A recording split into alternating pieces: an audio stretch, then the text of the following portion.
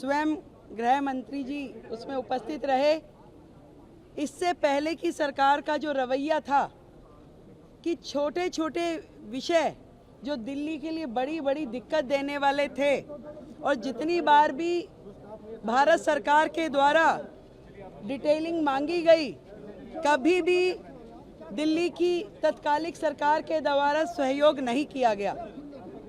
आज चाहे ट्रैफिक के वो पॉइंट जिन कारण से सड़कों पे ट्रैफिक रहता है, जल भराव होता है, कहाँ कहाँ पे किन किन चीज़ों को ठीक करने की आवश्यकता है, उसकी डिटेल डिस्कशन, वो कमेटियाँ जो शांति समितियाँ, थाना लेवल, डिस्ट्रिक्ट लेवल कमेटियों का गठन जो होना है, उस पर चर्चा की गई।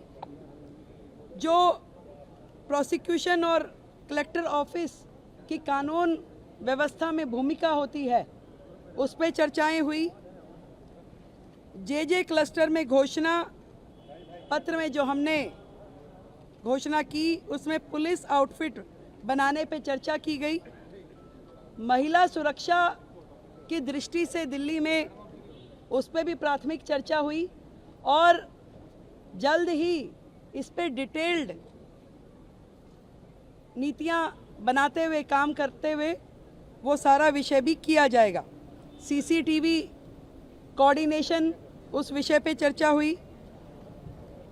पीडब्ल्यूडी जो मैंने बताया कि वो सारे विषय जो पीडब्ल्यूडी से संबंधित हैं और कहीं ना कहीं दिल्ली में दिक्कत करते हैं, उन सब के समाधान पे चर्चा हुई।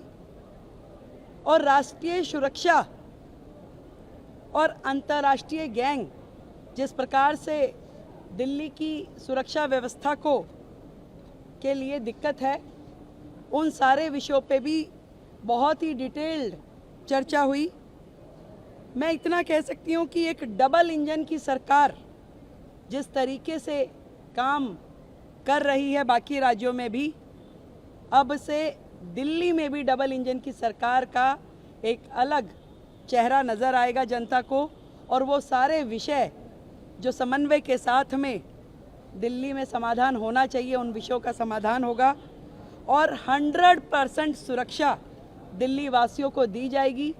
इस तरह की समन्वय बैठक लगभग मासिक बैठक के रूप में, मंथली रिव्यू बैठक ये रहेगी।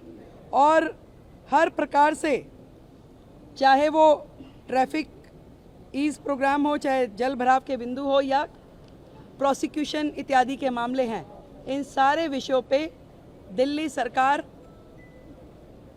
केंद्र सरकार के साथ में मोदी जी के नेतृत्व में, आदरणीय गृह मंत्री जी के नेतृत्व में काम करेगी और दिल्ली को बेहतर व्यवस्थाएं देंगी।